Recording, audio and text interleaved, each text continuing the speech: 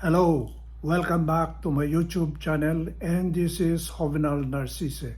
And for today's video, I'm going to unbox an item that came all the way from Spain, most specifically from the island of Mallorca, and the town is Palma de Mallorca in Spain.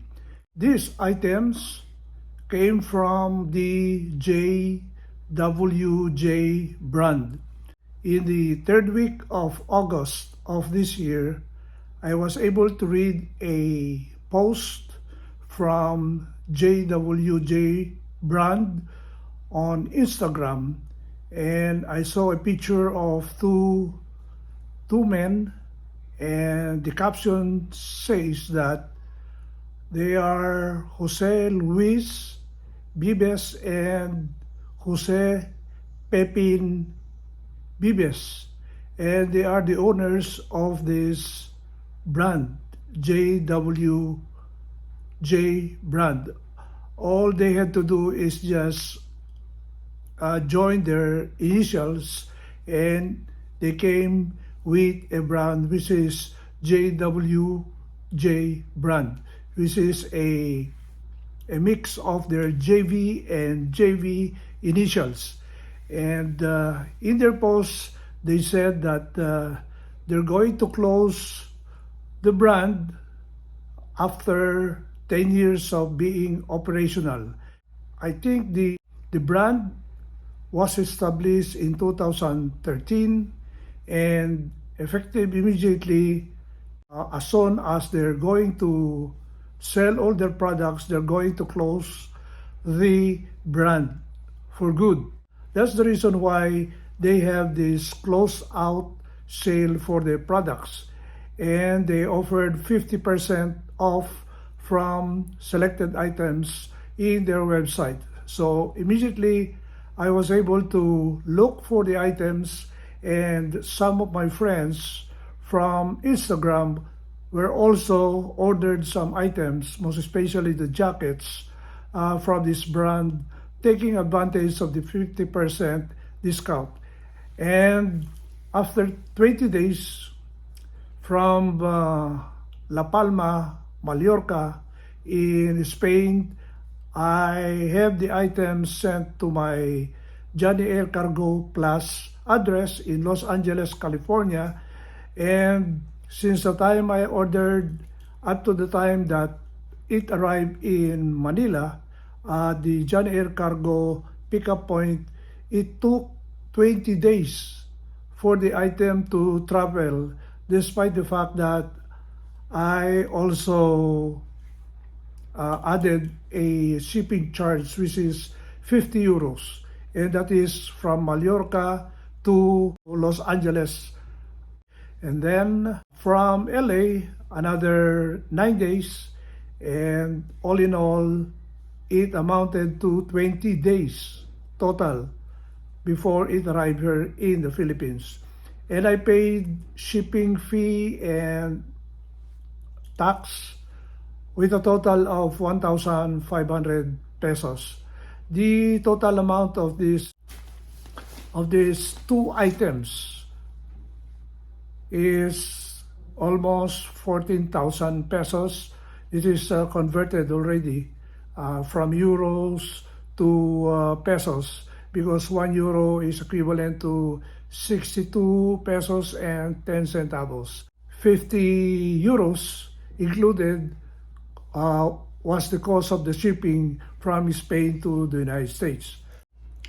I have here with me the package all the way from Spain, and we're going to unbox this.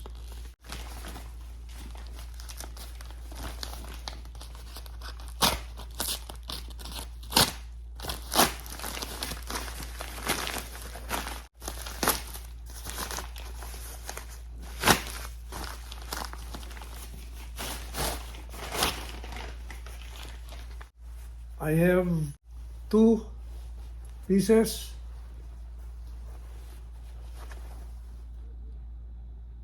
This is a duck canvas. I think this is maybe 15 ounces. And this one is a Wabash. The way I see it, this is 10 ounces weight.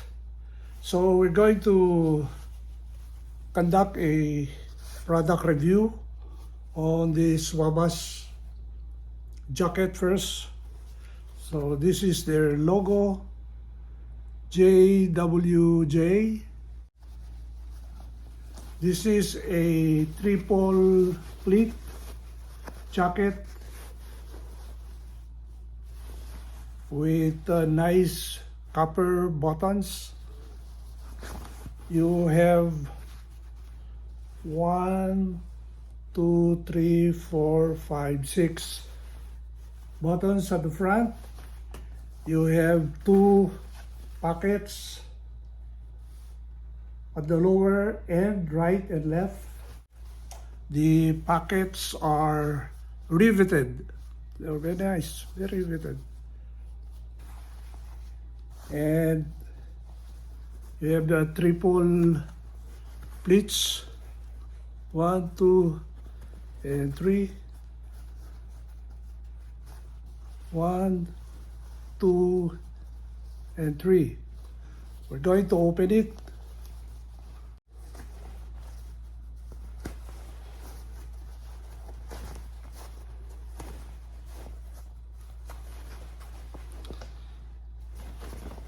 This is size small. This is the inside portion. It does not have any inside pockets. No inside pockets.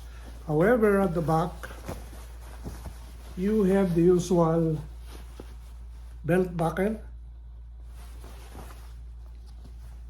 strap at the back, and it has 2 pleats on its sides, 2 pleats.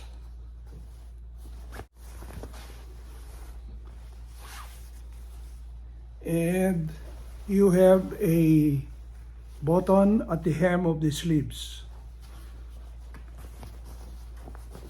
I was able to check the sizing. The size of a small is actually my size because the shoulder is 17 inches. The pit to pit is 20 inches.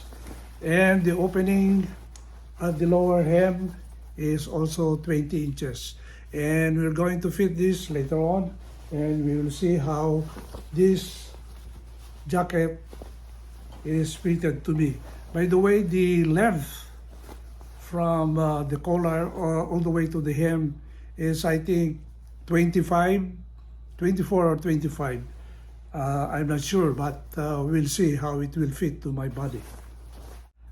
Actually, this is my first time to have a duck canvas jacket. As usual, they had their tab. It has 1, 2, 3, 4, 5 buttons, and the buttons have brand. It has a brand there. By the way, this one is just the Wabash is just an ordinary button, but they are nice. They're nice, very durable. But it has those no brand at all, but only leaves around. However, as compared to this duck canvas, they have branded copper buttons, which is very nice. Surprisingly, this is more expensive. In the after 50% discount, this is the equivalent in peso. After 50% discount, the equivalent is 7,900 pesos. Okay, this one, after 50% discount, the equivalent in peso is only 5,300 pesos for this jacket. This is relatively very cheap, very cheap.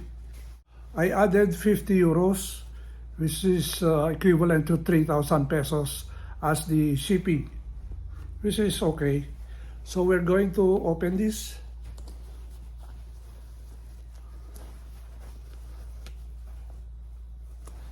By the way, at the front you have two pockets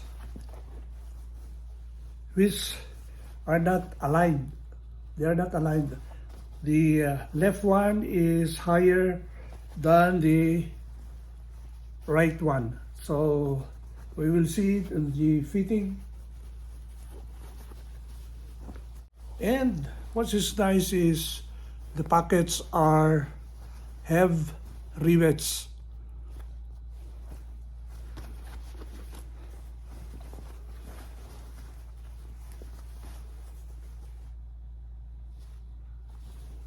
And we'll go to the back, and of course the hem is also riveted, and you have a branded button on the strap at the hem of the sleeves. And at the back you have also a belt buckle at the back with one pleats,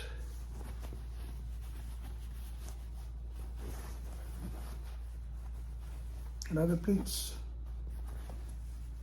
and it is really very nice, very substantial, very thick. I know this is 15 ounces in weight, and we will see how it looks in my fitting video. By the way, the size of this is extra small,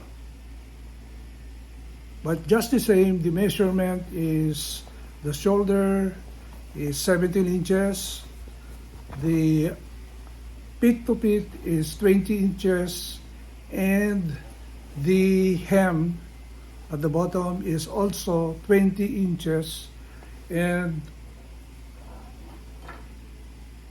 the length from the bottom of the collar all the way to the hem is, I think, 25 inches.